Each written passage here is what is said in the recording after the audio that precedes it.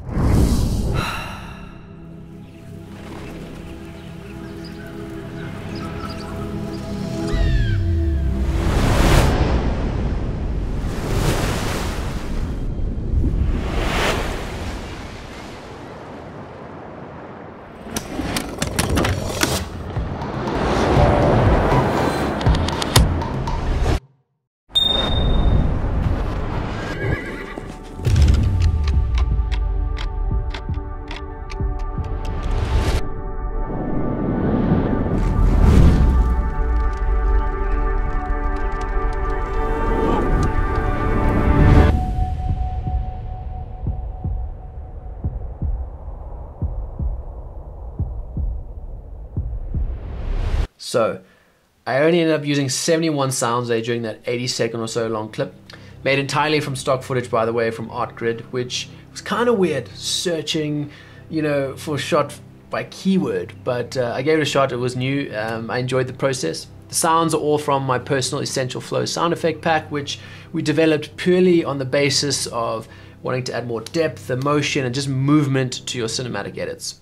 Now, some of these sound design elements that are included within this edit are rises. These build over time, creating suspense and anticipation up to a particular point, and often have a steep drop off, and can be used to introduce a new section or sequence of your film.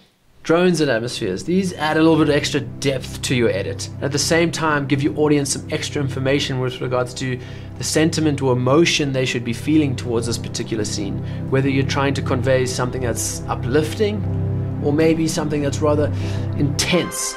It all depends on the atmosphere you're trying to portray.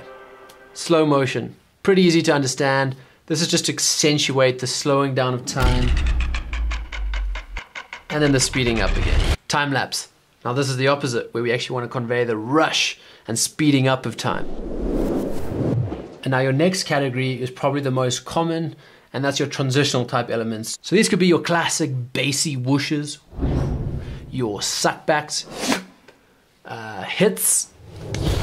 And I mean, these are there just to help accentuate your movement, help your cuts seem a bit more seamless, and overall help that edit flow. And lastly, we've got some ambient textures like wind, forests, coastal environments, which are there just to make the world feel a little bit bigger.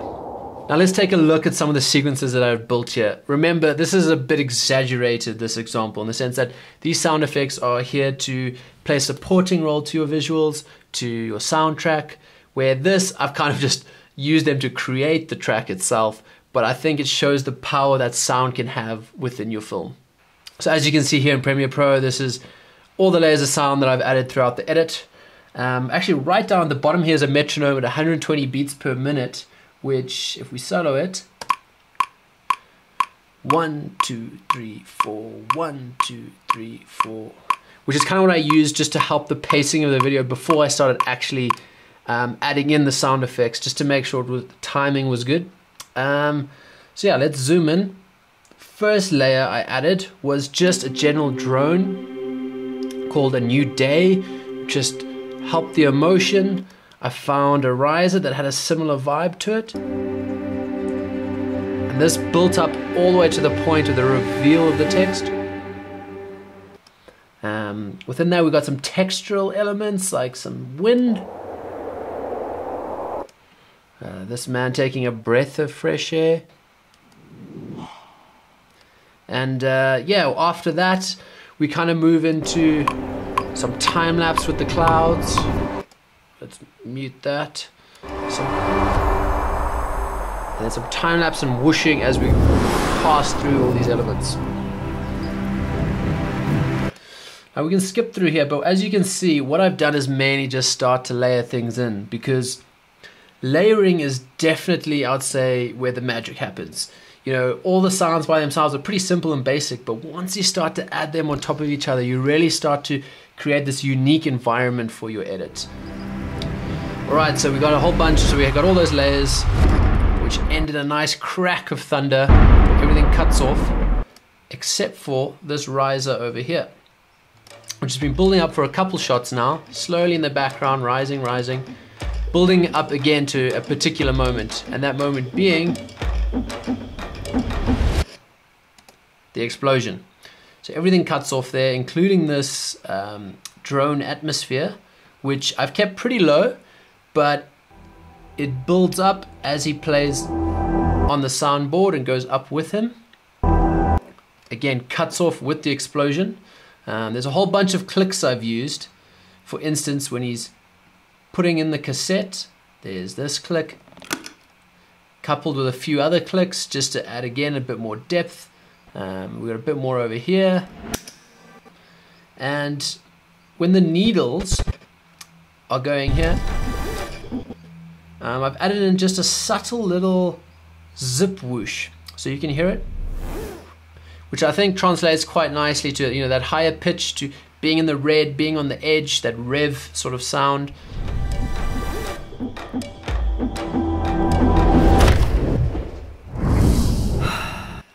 So the explosion and the flame are all just a bunch of different transitional elements used together.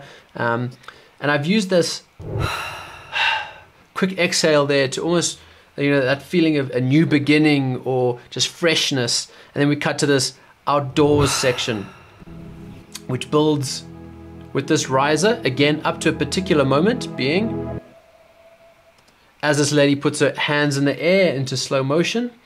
As she puts her hands into the air, it kind of, you know, it made me think about, it's like a bird. So I used this element. Just thought it worked pretty well, I don't know. Paired with some slow motion, this bass crawl slow motion over here. So just before her hands speed ramp down and touch the water, we start to include another element here.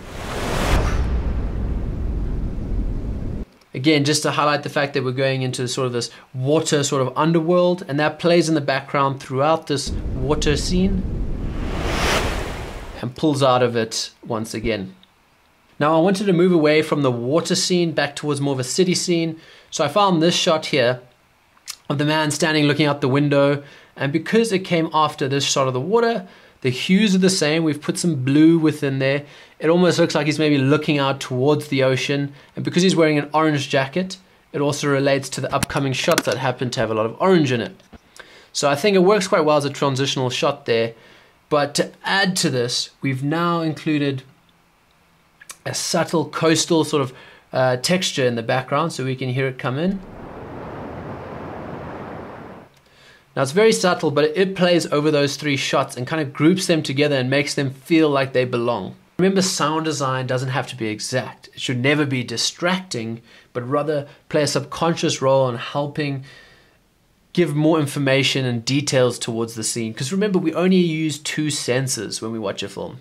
We use sight, so everything within this frame we're being told what to look at, but then we have sound, which is playing that supportive role and helping our imagination fill in the rest of the details of that scene.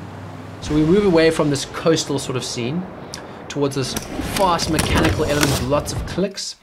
Now I actually want to point out this one here, I don't know, let's solo it. If you're wearing headphones right now, can you hear how the sound follows the direction of this machine as it moves from right to left, back to right? So if we look at the panning properties, we can actually see I've done that here. Now this can help sometimes just to add a bit of dynamic sort of movement to your sounds. All right, so we move away into this city scene with lots of time lapse and traffic type noises. We completely cut off there. to quiet. You know, we've used that riser for anticipation. Now we're waiting for that green light.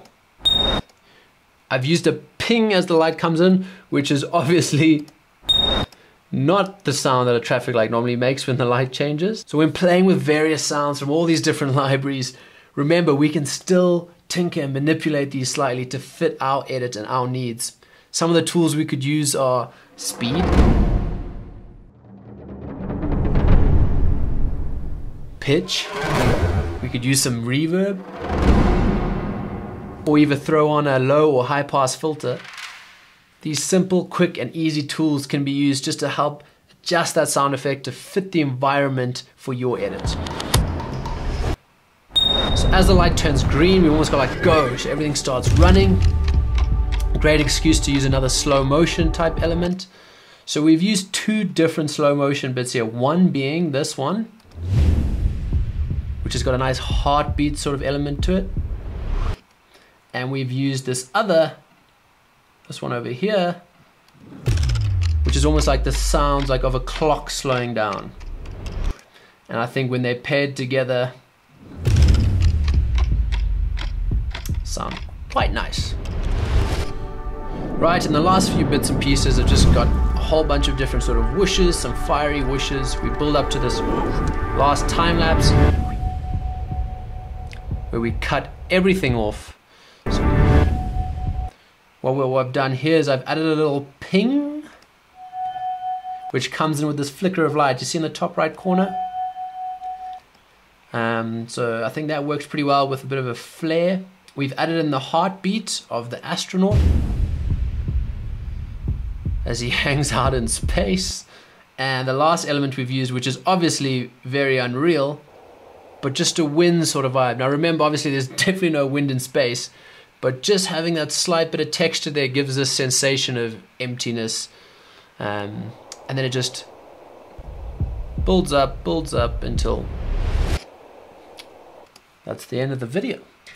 So I think I've touched on just the basics of sound design here today, and I just want to drive home the importance of it. Like, I think it adds such another dimension to your visuals, and it's well worth putting in the effort. So start to learn these skills, harness the power of sound, and I promise you it'll be well worth it. Now if you've got this far into the video, congratulations, and I'm very impressed. Not many people make it to the end, but here's a little discount or coupon code for you. How about BRYN20, BRYN20. Add that in the link in the description. Get yourself 20% off on my personal Essential Flow sound effects pack if you want to support me. And anyway guys, yeah, I've really enjoyed this, and if you want to see any more tutorials, let me know, because I'd love to give back in some other way. Alright, take care guys.